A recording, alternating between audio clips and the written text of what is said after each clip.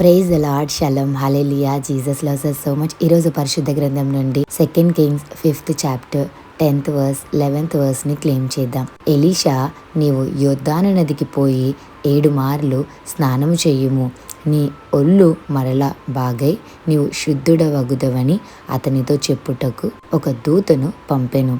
అందుకు నయమాను కోపము తెచ్చుకుని తిరిగి పోయి ఇట్లా అనెను, అతడు నా యొద్దకు వచ్చి నిలిచి తన దేవుడైన యెహోవా నామమును బట్టి తన చెయ్యి రోగముగా ఉన్న స్థలముల మీద ఆడించి కుష్ఠరోగమును మాన్పునని నేను అనుకుంటుని. ఈ యొక్క వాగ్దానాన్ని ధ్యానించుకుందామండి. నయమాన్ చాలా స్ట్రెంగ్త్ ఉన్న పర్సన్, మనీ ఉన్న పర్సన్, నేమ్ ఉన్న పర్సన్, పరాక్రమశాలి అని కూడా అంటారు. తన ఎక్కడ అడుగు పెట్టినా విజయమే వస్తుందండి. అలాంటి నయమాన్కి ఒక రోగం రావడం జరిగింది. తన ఎవరికి చెప్పుకోలేనంత బాధపడుతున్నాడు. అయితే ఒక అమ్మాయి వెళ్ళి అంటది, ఇజ్రాయేలు దేవుడైన ప్రవక్త అక్కడ ఉన్నారు, నీవు ఆయన దగ్గరికి వెళ్ళు, నీవు అక్కడికి వెళ్ళు, వెళ్తే నీవు స్వస్థత పొందుకుంటావు అని ఆ అమ్మాయి చెప్పిన మాటల్ని వింటారు. నమ్మి ఆయనకి అష్యూరెన్స్ వస్తుంది. అవునా, అయితే నేను స్వస్థత పొందుకుంటానా అని ఎలీషా ప్రవక్త గారి దగ్గరికి వెళ్తాడండి. ఎలీషా గారు ఒక దూతను పంపి ఇలా చెప్తారు, ఏంటంటే నీవు యోర్దాను నదికి పోయి 7 మార్లు స్నానం చేయుము, అప్పుడు నీ ఒంటి మీద ఉన్న రోగము శుద్ధి అవుతావు నువ్వు అని ఎలీషా గారు దూతకు ఆజ్ఞాపించి దూతను పంపిస్తారండి. ఎవరికి చెప్పమని అంటే ఈ నయమాన్ గారికి. అయితే ఈ నయమాన్ గారికి కోపం వచ్చింది. ఎందుకంటే ఎలీషా గారే వచ్చి తన చేయి చాపి తన రోగాన్ని స్వస్థపరచాలి అని తిననుకున్నారు. కానీ ఈ మాట చేత నన్ను పంపించారు, నాకేం స్వస్థత వస్తుంది అని అనుకోవడం జరిగిందండి. కానీ నిజానికి ఒక మాట చెప్పిన, మనం ప్రార్థన చేసినప్పుడు నమ్మితే చాలండి. నమ్ముటని వలన అయితే నమ్మవారికి సమస్తము సాధ్యమైన వాగ్దానం కూడా ఉంది కదా. ఫస్ట్ మనం బిలీవ్ చేయాలి, అప్పుడే మన జీవితంలో అద్భుత కార్యాలని జరుగుతాయండి. నయమాన్ గారికి ఎందుకు కోపం వచ్చింది?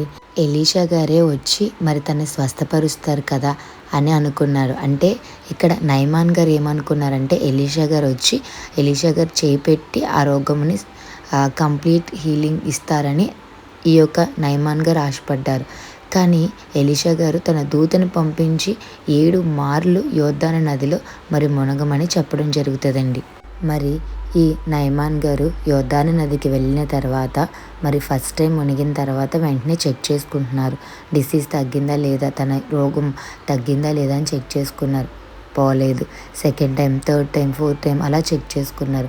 అప్పుడు అక్కడ ఉన్న వాళ్ళు చెప్పారు ఏమనంటే ఎలీషా ప్రవక్త 7 సార్లు కంప్లీట్గా మునిగిన తర్వాత స్వస్థత కలుగుతుంది అని చెప్పారు కదా అని ఆ మాటని జ్ఞాపకం చేశారు. అప్పుడు ఈ నయమాన్ గారు 7 times కంప్లీట్గా మునగడం జరిగిందండి. అప్పుడు తన కంప్లీట్ హీలింగ్ పొందుకోవడం జరిగింది. తనకు కలిగిన రోగం అంతా కూడా యేసయ్య నామంలో తనకి హీలింగ్ పొందుకోవడం జరిగింది. దీని నుంచి మనం నేర్చుకోవాల్సింది ఏంటి అంటే ఫస్ట్ మనం మాట వినాలి అండి. ఏదైనా దేవుడు దైవజనుల ద్వారా కానీ లేదా వాక్యం ద్వారా కానీ మనకి తెలియపరిచినప్పుడు ఆ వాగ్దానాన్ని నమ్మాలి. ప్రే, బిలీవ్ అండ్ రిసీవ్. నమ్మాలి, విశ్వసించాలి, అప్పుడు కార్యాలు జరుగుతాయండి. ఇక్కడ కూడా నయమాన్ గారు ఫస్ట్ నమ్మలేదు. ఆయన వచ్చి స్వస్థపరచాలని అనుకున్నారు, కానీ వాక్కుని పంపి స్వస్థపరిచే దేవుడు ఉన్నారు కదండి. 7 times యోర్దాను నదిలో మునగమని తర్వాత కంప్లీట్ హీలింగ్ పొందుకోవడం జరిగింది ఈ నయమాన్ గారు. అలాగే మన జీవితంలో కూడా దేవుడిచ్చిన వాగ్దానాన్ని నమ్మి మనం తీసుకుంటే మనం కూడా కంప్లీట్ హీలింగ్ పొందుకోగలుగుతాం. Have a blessed day in Christ Jesus. Jesus loves you so much. Amen.